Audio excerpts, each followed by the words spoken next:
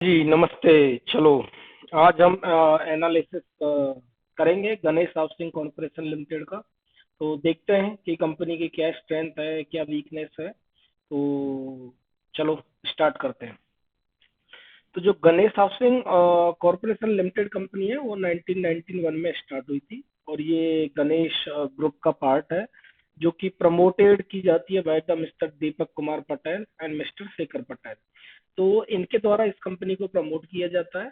और जो कंपनी है वो मेनली रियल एस्टेट डेवलपमेंट में काम करती है। अच्छा, रियल एस्टेट डेवलपमेंट में किस टाइप के प्रोजेक्ट करती है? जैसे कि रेजिडेंशियल है, कमर्शियल है, और इंफ्रास्ट्रक्चर में भी इन्होंने स्टार्ट किया है।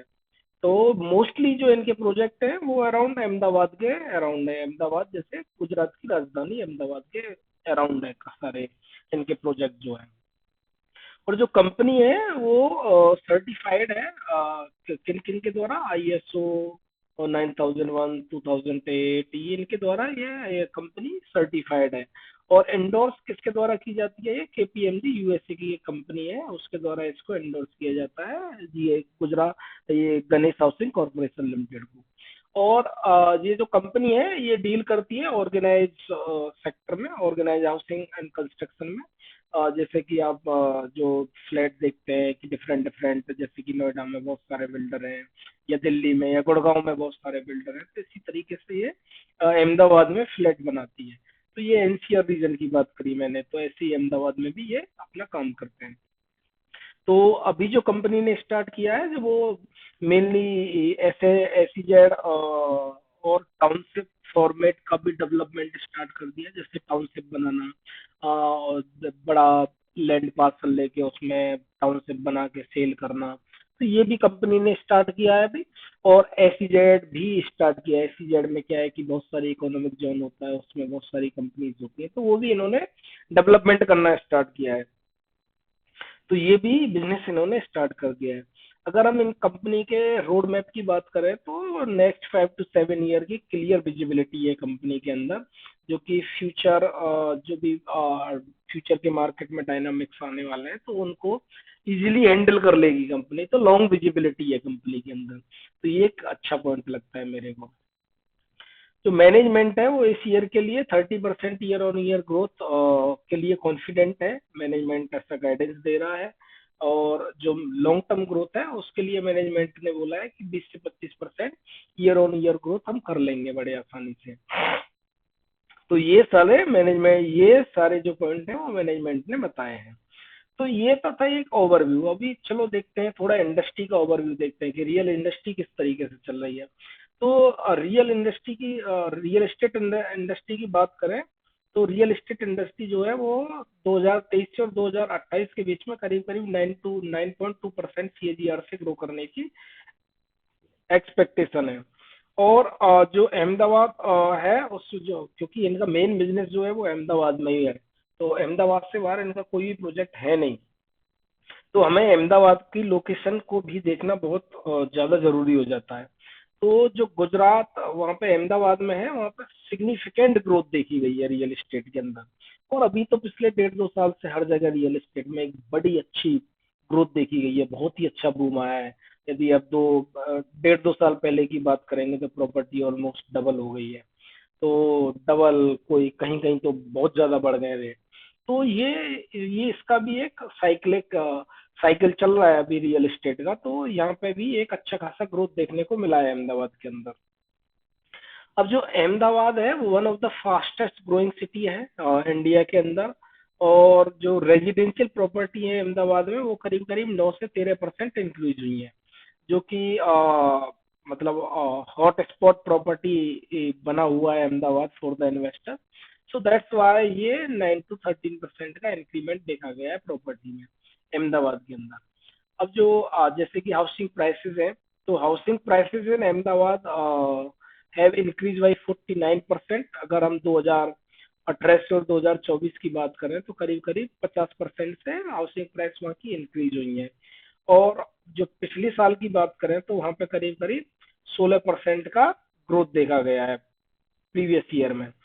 अगर हम जनवरी मार्च 2024, जो एवरेज हाउसिंग प्राइस है वो करीब करीब 4150 पर स्क्वायर फुट के हिसाब से वहां पर मिल रही है, जो कि सेम पीरियड पिछले साल से करीब करीब 10% अप है।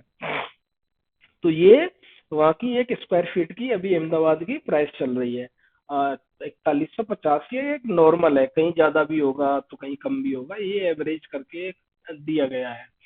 अगर हम ये रियल एस्टेट के ट्रिगर देखते हैं कि आएंगे कहाँ से रियल एस्टेट के ट्रिगर, तो रियल एस्टेट का जो ट्रिगर है ग्रो करने का, वो urbanization एक मेन कारण है कि लोग गांव से निकल के शहर की तरफ जा रहे हैं और शहर में जा करके वो बस रहे हैं, तो वहां पे उनको मकान चाहिए, घर चाहिए रहने के लिए, क्योंकि अब तो रेंट भी काफी भाग गया है।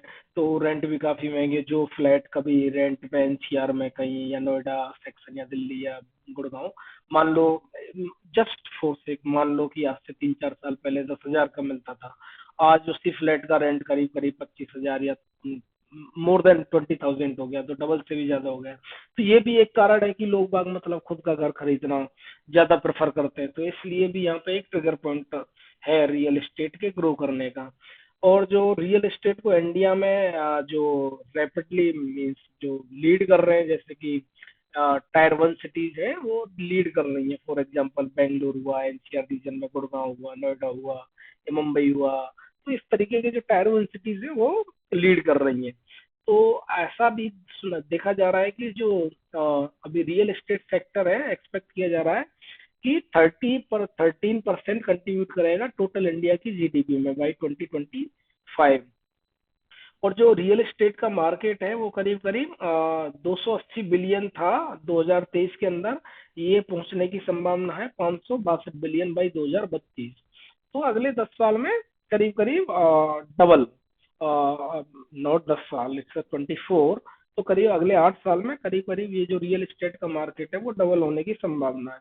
तो ये था एक बेसिक ओवरव्यू कि किस तरीके से अहमदाबाद में रियल एस्टेट के प्राइस चल रहे हैं, किस तरीके से ओवरऑल रियल एस्टेट चल रहा है, और क्या क्या ट्रिगर पॉइंट हो सकते हैं उसको ग्रो करने के।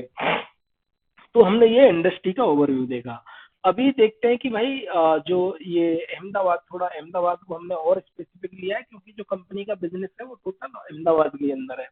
तो अहमदाबाद में क्या है कि की market of the Gujarat, Ahmedabad जो है वो 40% Gujarat real estate, 40% Gujarat real estate investment है, जो कि 20 अहमदाबाद में 40% लोग, टोटल लोग जो गुजरात में, गुजरात का इन्वेस्टमेंट अहमदाबाद में जाता है 40%।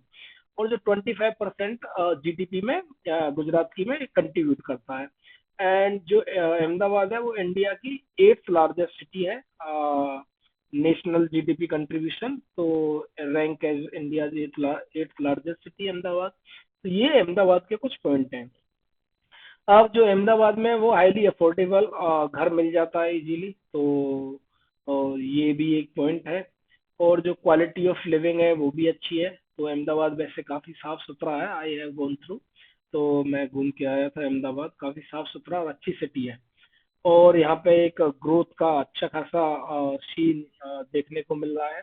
तो ये एक पॉइंट है। अच्छा, तो कुछ ये जैसे कि ये देख लेते हैं कि जो लॉन्च यूनिट्स थी, और लॉन्च किस प्राइस पे की गई थी और सेल किस प्राइस पे की गई थी, रिसेंटली देख लेते हैं।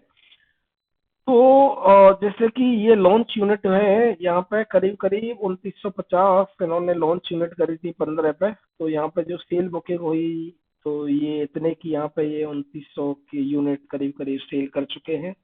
तो इस तरीके से यहाँ पे थोड़ा बहुत ग्राफ है जो कि डिफाइन किया गया है कि अहमदाबाद में किस तरीके से इस कंपनी का बिजनेस मॉडल काम कर रहा है।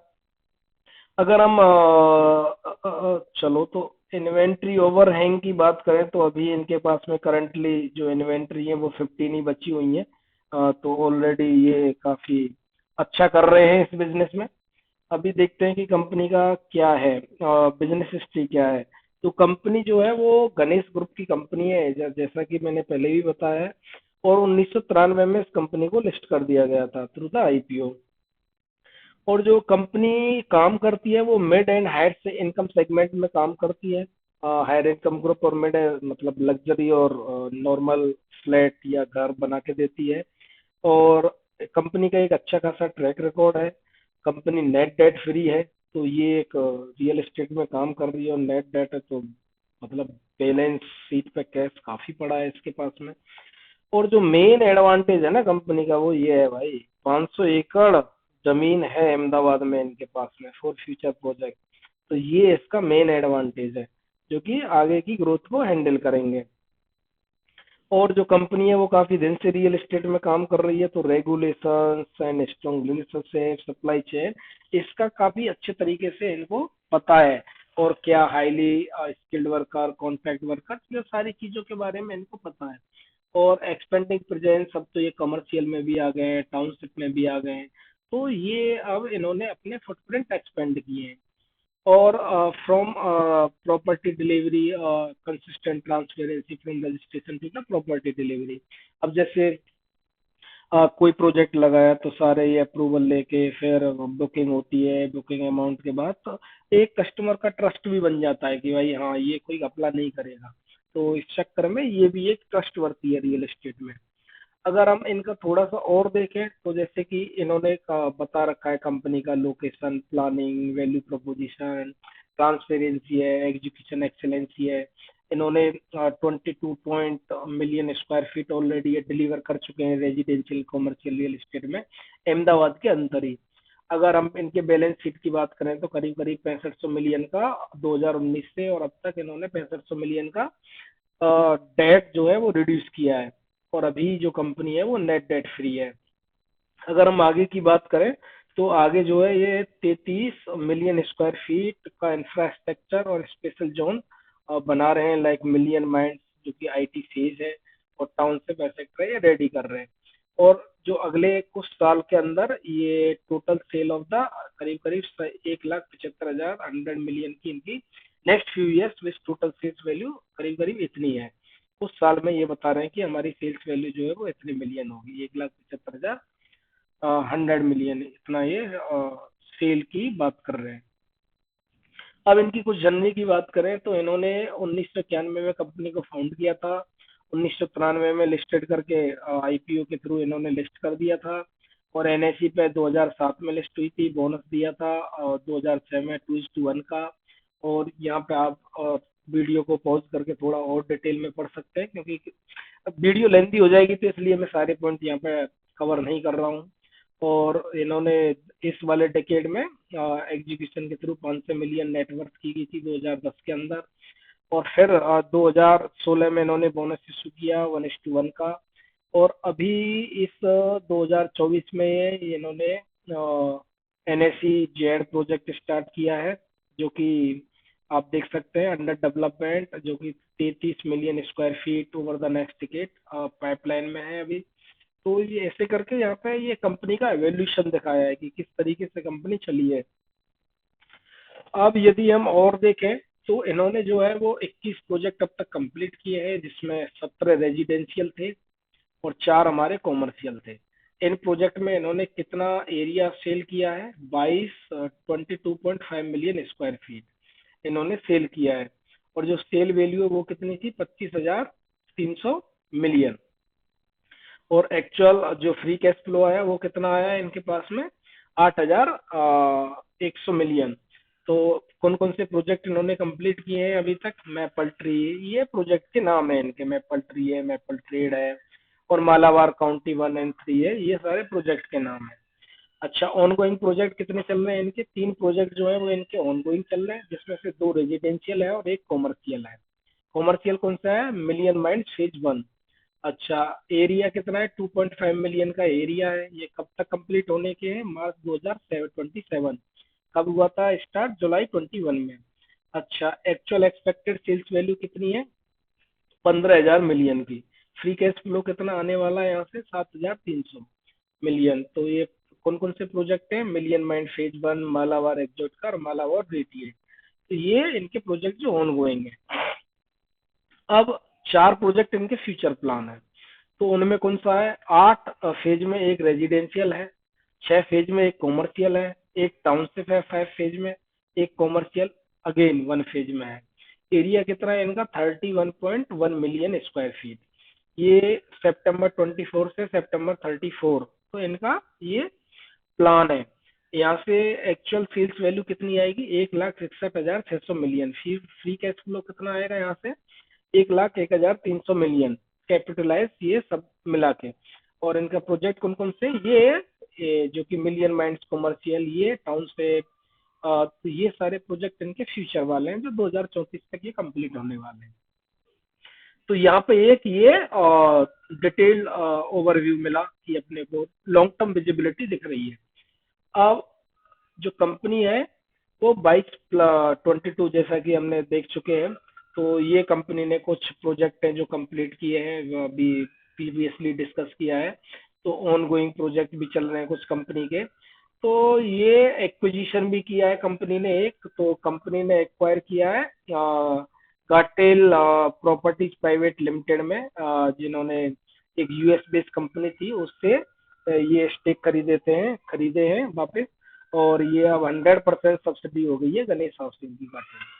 तो ये है। अगर इनका रेवेन्यू की बात करें तो sales from land and construction related activity आता है 98%, और अदर ऑपरेटिंग इनकम से आता है 2%। अच्छा, अब जो इनका मेन फोकस है वो है प्रोसेस सेटिंग एसईजी सेट को, एसईडी एसईजेड को सेटअप करने के लिए इनका मेन फोकस है। अच्छा, ये अहमदाबाद में इनकी जो 500 एकड़ की जो जमीन है वो कहाँ है, वो इन्होंने यहाँ पे बताया है। तो यू कैन पॉज इट और सी हाउ वेयर द जमीन जो लैंड है इनकी वो कहाँ पे लोकेटेड है। अब यदि हम इनके कुछ ये स्ट्रेंथ है, फ्यूचर रेडी है, क्योंकि फ्यूचर रेडी क्यों किस लिए है, क्योंकि करीब करीब 500 एकड़ जमीन इनके पास में है, स्ट्रेटेजिक प्रोजेक्ट लोकेशन है, प्रोफेशनली मैनेज है, फोकस ऑन डिलीवरिंग। अभी तक इनका कोई भी प्रोजेक्ट जो इन्होंने स्टार्ट किया है वो लेट लतीफ नहीं हुआ है, बिफोर टाइम ही चला गया है। और ये घर बनाने में लेटेस्ट टेक्नोलॉजी का यूज करते हैं, तो इनोवेशन भी है इनके पास में। तो ये सारे इनके कुछ गुड पॉइंट्स हैं जो कि यहाँ पे लिस्टेड डाउन है। अब इनकी लीडरशिप की बात करते हैं, तो अगर लीडरशिप की बात करें तो मिस्टर दीपक कुमार पटेल जो कि इनको प्रमोटर है, जो चेयरमैन भी हैं कंपनी के, और ये 1991 से इस कंपनी में बने हुए हैं। अगर शेखर पटेल की बात करें तो मिस्टर एमडी भी है, एमडी है और सीईओ है, जो कि 1994 से इस कंपनी में बने हुए हैं। तो एक लॉन्ग ट्रैक रिकॉर्ड है प्रमोटर का कि इस कंपनी को चलाने का, शुरू से बने हुए हैं, तो इनको सारे अप्रूव, ये एक एडवांटेज बन जाता है किसी आदमी के लिए कि एक ही फील्ड में काम कर रहा है, एक ही कंपनी से जुड़ा हुआ है, तो किस तरीके से अप्रूवल लेने हैं, किस तरीके से प्रोजेक्ट को सेटअप करना है, क्या क्या, तो वो लूप होल को इजीली फाइंड आउट कर सकता है। तो ये एक गुड पॉइंट है। अगर हम फ्यूचर की बात करें तो 500 एकड़ जमीन है कंपनी के पास में, जो कि बहुत ही बढ़िया है। आज के जमाने में जमीन के प्राइस तो कभी नहीं गिरते हैं। और मैनेजमेंट 20 से 25% सीएजीआर के लिए कॉन्फिडेंट है नेक्स्ट 7 to 8 ईयर। और ये कंपनी में जो है वो लॉन्ग टर्म विजिबिलिटी दिख रही है। और भी क्या ट्रिगर पॉइंट है, रियल एस्टेट के ऑर्गेनाइजेशन, न्यूक्लियर फैमिली, तो ये रियल एस्टेट को ग्रो करने के लिए काफी है। तो ये है चीजें। अगर हम अब इनके थोड़े से फाइनेंशियल देखें तो फाइनेंस, अब तक ये कंपनी के स्टोरी की बात हुई है कि कंपनी किस तरीके से इमर्ज हुई है।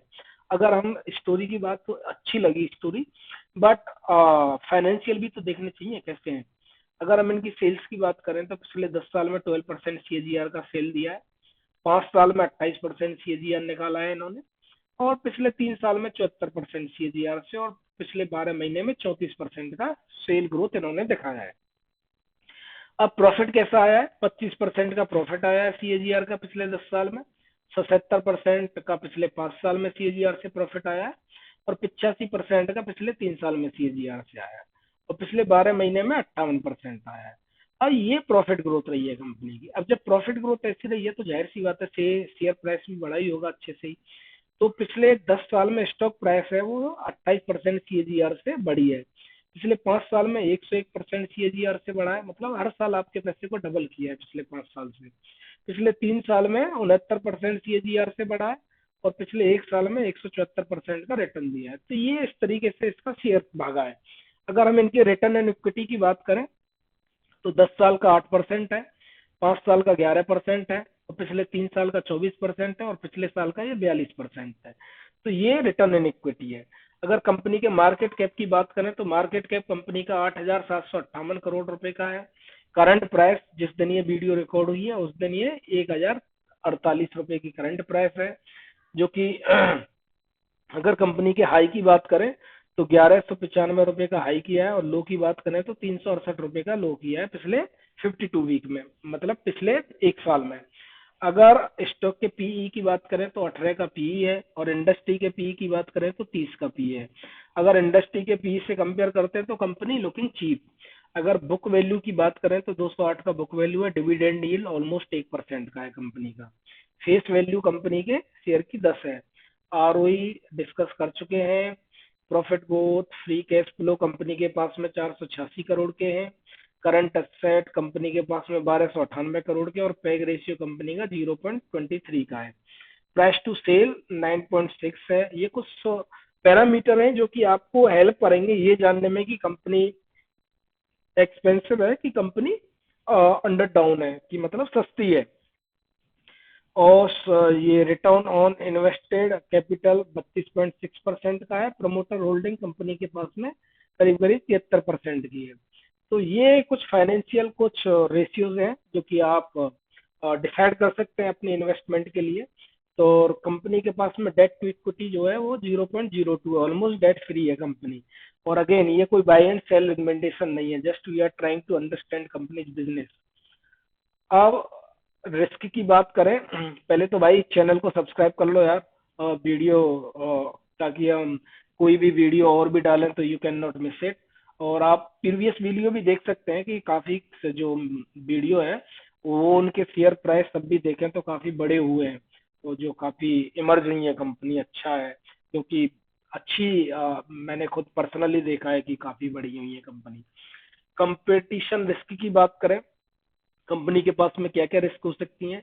ये जिस फील्ड में काम करते हैं वहाँ पे कंपटीशन बहुत है रियल एस्टेट में, तो रियल एस्टेट में कंपटीशन बहुत ही ज़्यादा हैवी है। तो ये एक बड़ा ही रिस्क है। और मान लो कभी इकोनॉमिक स्लो डाउन आ गया तो घर की प्राइस या रियल एस्टेट की प्राइस डाउन पड़ जाती है, जैसा कि आपने देखा ही होगा। 2015-16 से कुछ रियल एस्टेट में कुछ हाथ नहीं लगा, 2015-16 से 2021-22 तक मतलब नेग्लिजिबल रिटर्न थे, कोई रिटर्न ही नहीं बने थे किसी के लिए। तो लोग बाग ये बोलने लग गए थे यार रियल एस्टेट खरीदना मतलब तो कोई रिटर्न वाली बात नहीं है।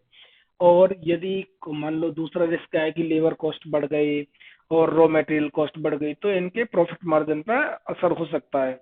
तो ये कुछ दो तीन रिस्क है कंपनी के लिए। तो आज के लिए इतना ही, दैट्स ऑल।